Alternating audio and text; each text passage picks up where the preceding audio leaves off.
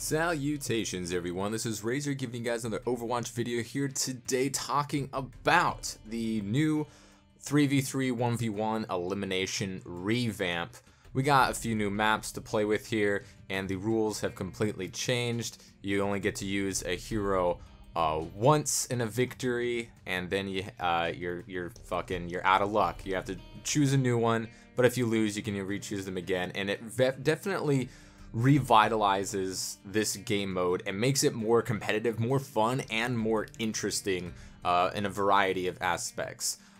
We also have these few new maps, which makes a few, like here on Anna's map, snipers can have a bit of a field day because these high grounds, and there's also some underground locations. You could boot people off the side if you just choose to go through the other door, and they're pretty fun.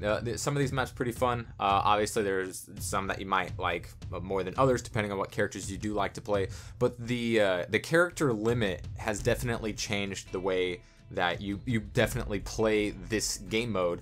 And I very much more enjoy the 3v3 game than the 1v1. The 1v1 beforehand, where you got a random hero that you had to mirror match with, was kind of interesting, but a lot of the times you would just kind of get fucked over. If it was a Reinhardt ditto or a Symmetra ditto, then it would just take forever, because if you can hit your opponent, they can hit you. Like, it's not like a soldier, match where one person can hit the other could miss. If you're Reinhardt and you can hit the enemy, that means the enemy can also hit you. So, and same with Symmetra. If one of you's in range, you're both in range, and you're gonna do the identical amount of damage. So you set up a cheeky turret to get like one hit before you start the engagement and don't lose contact, and then it's over, and you would play the whole cat and mouse trying to lure your opponent to your turrets while they try to lure to theirs, or the Reinhardt tries to charge you and you're just fire striking across the map over and over again against each other.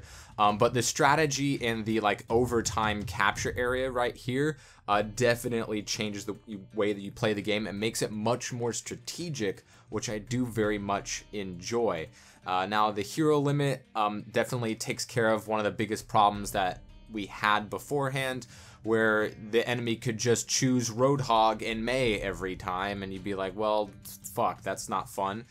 And now they can only choose and win with those characters once, which is definitely very nice. It forces all players to have a deeper character pool and to make those picks count. So maybe not the entire team chooses probably the best 3 characters for that situation all at once, or maybe you save your hit scans in the first round and hope to bait out the Pharah, or once they use their Pharah, then you pop out your Pharah and then you force them to use hit scans if they already used theirs, or using your Lucio, speed boosting with your Reinhardt or your Roadhog or your Reaper or whatever. There's a lot of really good strats out there for 3v3, whether you're playing with friends or whether you're playing alone.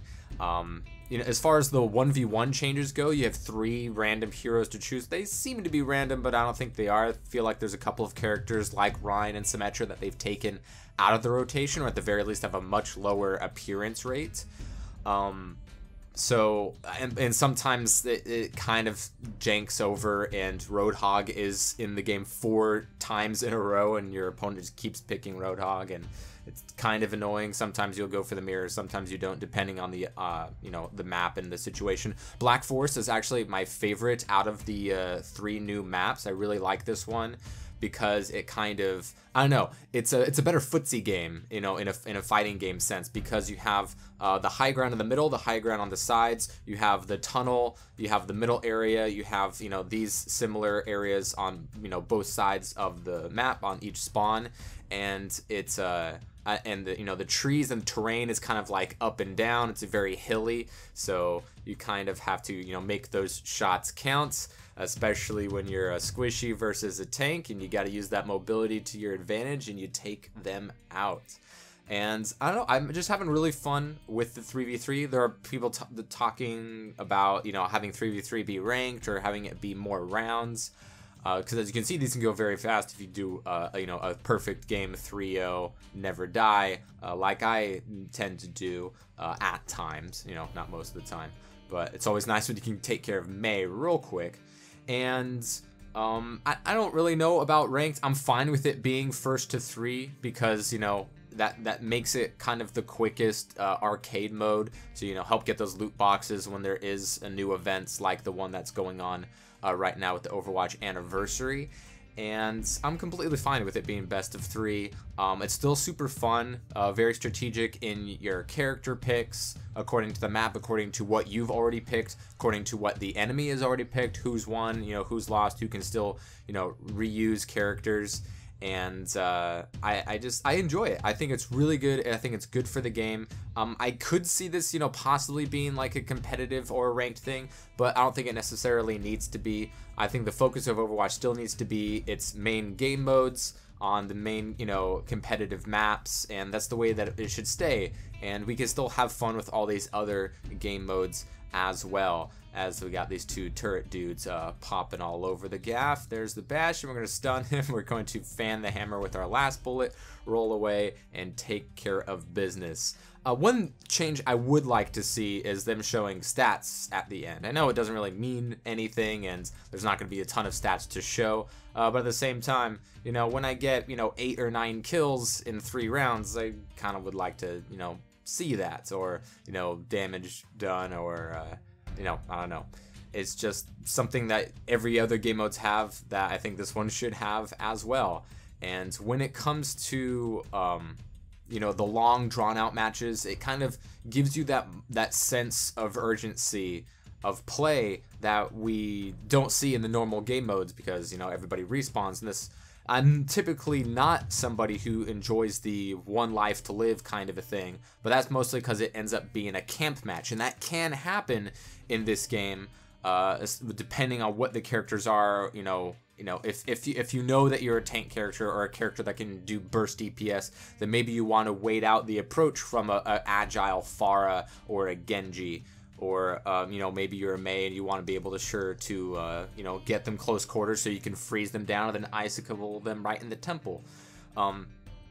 But the strategy behind it, whether you're playing alone or, with teammates, can be rather fun. It can be rather fun. Whether you choose to elect to go with a healer, go with the speed boost Lucio, go with flyers, go with hit scans, go with somebody who can face and take damage. It's a bit of a cat and mouse. It's a bit of a chess game, especially in this match right here where it's 2-2. I think we were up 2-0 and then we lost 2 straight, and here's the deciding factor. And this game just going on and on. They have all 3 of their characters. It's just the pharmacy here as we lost our first teammate rather quickly. And when these games get really long and we have this objective that opens up, it becomes a real hectic game. I've got the ult and I'm gonna use it, baby, as I take down the Bastion. The Rhine still has all shield, and then he gets completely healed by the Mercy, so all that damage is for naught, but my Mercy is still there.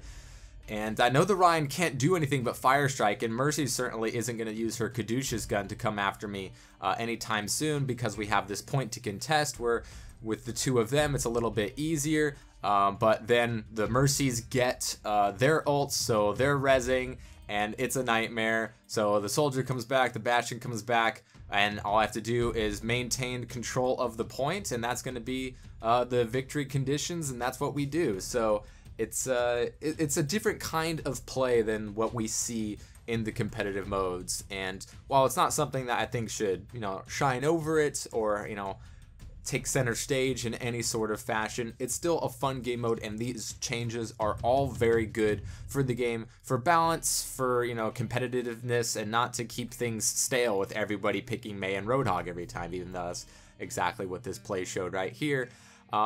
It's just a really good game mode, and I like the changes that they made, and I have fun playing with it. And if it's arcade time and I need to get loot boxes, this is what I'm gonna do.